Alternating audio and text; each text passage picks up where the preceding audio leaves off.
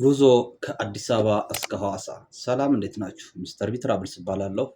ኢትዮጵያን ከአዲስ አበባ እስከ ሐዋሳ ጉብኝት በቅርቡ ጀምራለሁ በሚስተር ቢ ትራቭልስ ዩቲዩብ ቻናል። እስከዚያው ዩቲዩብ ቻናልን ሰብስክራይብ ያደርጋችሁ ጠብቁ። ሰላም እንዴት ናችሁ? በድጋሚ ሚስተር ቢ ትራቭልስ እባላለሁ። በቅርቡ ዩቲዩብ ቻናል ከፍቻለሁ።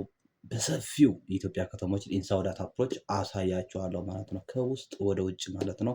በብዙ ዓለም አቀፍ ከተሞች እንግዲህ ጉብኝት አድርጋለሁ። ባለፈው ወደ ኬንያ ሄጄ ነበር። እንዳጋጣሚ ሆኖ የኬንያ ጉዞ ዲያሪዎችን ሪኮርድ ማድረግ አልቻልኩም ነበር። በአጋጣሚ የሄድኩበት ምክንያት ጀስት ዝም ብሎ ለሌላ ጉዳይ ስለነበረ በትክክል የኬንያን የጉዞ ክንዋኔዎችንና የጉዞ ገጠመኞችን ባለማጋራት በጣም ይቅርታ ጠይቃለሁ። በሚቀጥለው ግን ድጋሚ ወደ ኬንያ ሲሄድ እያንዳንዱን የኬንያ ጉዞዎችን የማጋራችሁናል ማለት ነው። ግን አሁን ከዚያ በፊት ጉዞ ከአዲስ አበባ እስከ ሐዋሳ የሚል ጉዞ አዘጋጅቻለሁ።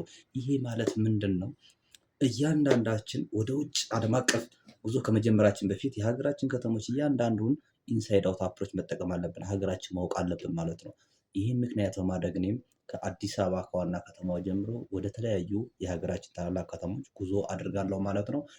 ከሚስተር ቢ ትራቭልስ ጋር በመሆን እናንተም አብራችሁኝ የምታይ ይሆናል ማለት ልንገራችሁ። መጀመሪያ የሚጀምረው ከአዲስ አበባ ይሆናል ማለት ነው። አዲስ አበባ የተለያዩ ዋና ዋና የአዲስ አበባ አካባቢ ከተማ ክፍሎችን የማሳያችሁ ይሆናል። ከዚያ ቀጥሎ ደግሞ ወደ ሐዋሳ ሄዳለሁ። ከሐዋሳ ደግሞ ወደ አርባ ምንጭ ሄዳለሁኝ። ከአርባ ምንጭ ቀጥታ ወደ ሀረር ነው የሚሄደው። ሀረር ታላቅ የጥንት ከተማ ነች። ሀረር ሄዳለሁ። ከሀረር ወደ ድሬዳዋ የበረሃ ንግስት ድሬዳዋ ሄዳለሁ ማለት ነው። እንግዲህ አሁን በዚህ ጉዞ ላድርግ ያሰብኩ ወደ 5 ከተሞችን የሚጎበኘው ማለት ነው። አዲስ አበባ፣ ሐዋሳ፣ አርባ ምንጭ፣ ሀረር፣ ድሬዳዋ። ስንት ሆኑ? አምስት ሆኑ መሰለኝ። አይ ቲንክ 5 ይሆናሉ። እነዚህን ከተሞች እያንዳንዱን የአኗኗር ዘይቤያቸውን፣ ላይፍ ስታይላቸውን እና በከተማዋ የሚገኙ የተለያዩ ታሪካዊ ቅርሶችን የማስጎበኛቸው ይሆናል። እስከዚያው አብራችን ቆዩ። ቀጣይ ጉዞ የማድረገው እንግዲህ ከመጀመሪያ እንደነገርኳችሁ አዲስ አበባ ይሆናል ማለት ነው። አዲስ አበባ እንግዲህ አዲስ አበባ እምብርት ከፒያሳ ይሆናል። ፒያሳ ላይ ያሉ ታሪካዊ ክንዋኔዎች እና ፒያሳ ላይ ምን አዳዲስ ነገር አለ ቢፎር እና አፍተር የሚያስቃኛችሁ ይሆናል ማለት ነው። አዲስ አበባ ፒያሳ ላይ ስንመጣ የሚገኘው በአእምሮአችን መጀመሪያ የሚመጣው አድዋ 00 ሙዚየም ነው። አድዋ 00 ሙዚየም እንግዲህ ሙዚየም ብቻ አይደለም። አድዋ 00 ሙዚየም ላይ ስንገኝ ምን ነገሮች አሉ፣ በውስጡ ምን ነገሮች አካቷል የሚለውን እነግራችኋለሁ ማለት ነው። አድዋ 00 ታሪካዊ የአድዋ ድል መታሰቢያ ሙዚየምን ከመያዙ በተጨማሪ የአድዋ 00 እንግዲህ ከመያዙ በተጨማሪ ብዙ ነገሮችን ይዟል ማለት ነው። የስፖርት ማዘውተሪያዎች አሉ፣ ሞሎች አሉ፣ ሬስቶራንት፣ ካፌዎች፣ ኮፊ ሾፖች፣ ብዙ ነገሮችን አቅፎ የያዘ ነው ማለት ነው። እንግዲህ አድዋ 00 በዋናነት የአድዋ ድል መታሰቢያ እና የአድዋ ጀግኖችን በውስጡ የያዘ ቢሆንም ከዚህ በተጨማሪ አድዋ 00 ሙዚየም ብቻ እንዳልሆነ እንድትገነዘቡ ያህል ነው። አድዋ 00 ብዙ ነገሮችን ይዟል ማለት ነው። እንግዲህ ስፖርት ብትሉ ማዘውተሪያ፣ ጂምናስቲኮች አሉ።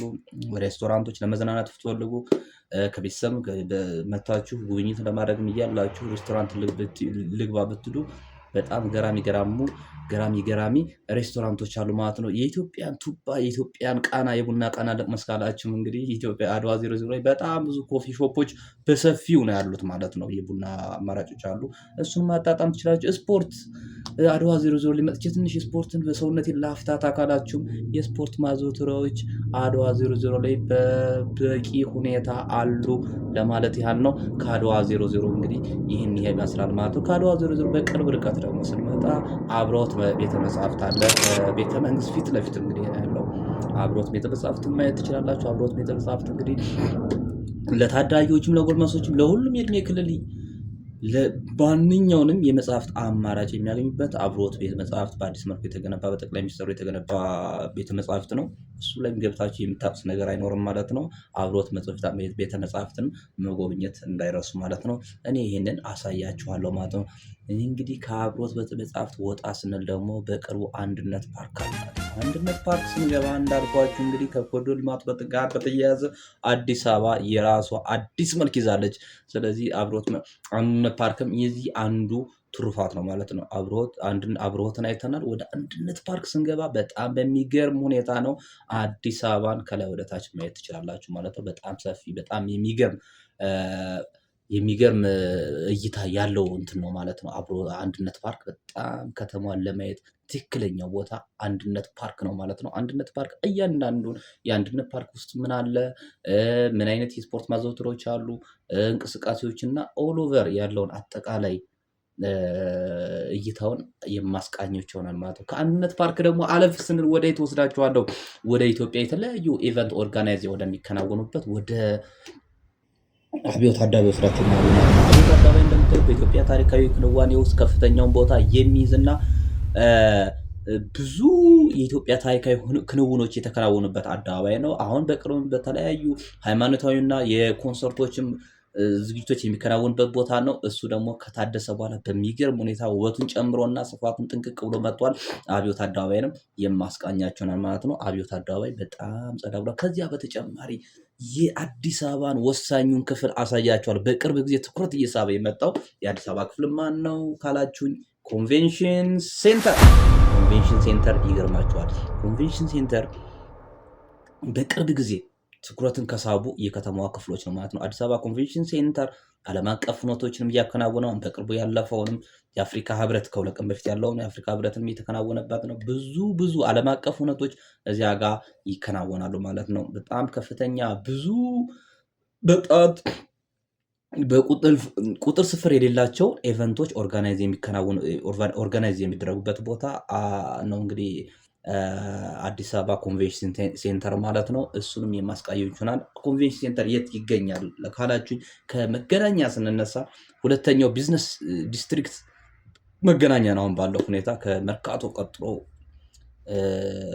ሃይ ቢዝነስ ዲስትሪክት መገናኛ ነው። ከመገናኛ ስንነሳ ወደ አያት አደባባይ ስንሄድ፣ የተባበሩት አደባባይ ስንደርስ ወደ ግራ ስንታጠፍ ገጻ ሪል ስቴት ፊት ለፊት ላይ በሚገርም አካባቢ ሁኔታ ላይ ይገኛል ማለት ነው። ኮንቬንሽን ሴንተር እዚያ ነው የሚገኘው። እሱም በጣም ከተማዋን ገጽታ ከቀየሩ ቦታዎች አንዱ ነው ማለት ነው። ኮንቬንሽን ሴንተር በጣም ብዙ ነገሮች አሉት። በጣም ግሪነሪዎች አሉት። እያንዳንዱ ብዙ የስፖርት ማዘውተሪያዎች፣ የፋይናንስ ተቋማት፣ ኢንሹራንሶች፣ ባንኮች፣ ኮፊ ሾፖች፣ ሬስቶራንቶች፣ ብዙ ነገሮችን አቅፎ የያዘ ጂሞች፣ ስታር ሆቴሎች በዙሪያው አሉ።